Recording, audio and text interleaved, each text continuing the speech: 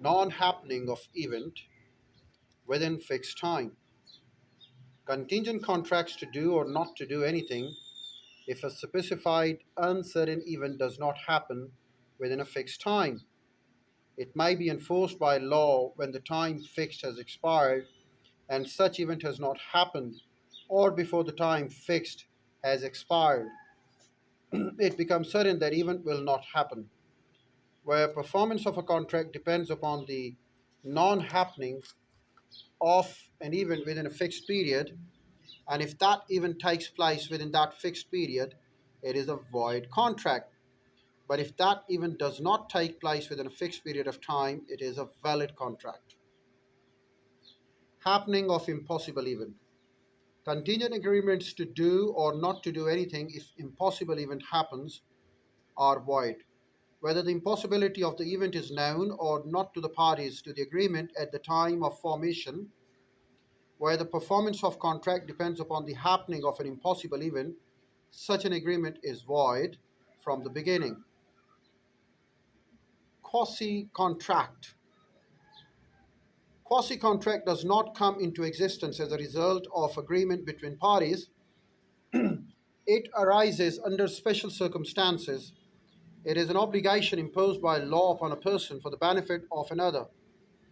It is based on the principle of equity and justice. It states that nobody shall be allowed to get benefit at the cost of another.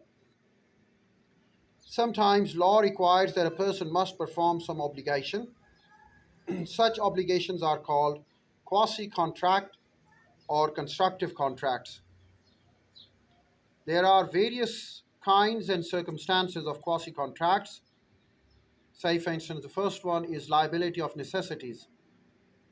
According to Section 68 of the article, a person who supplies necessaries to a minor or his family or a person of unsound mind can recover price of such necessaries from the property of such person.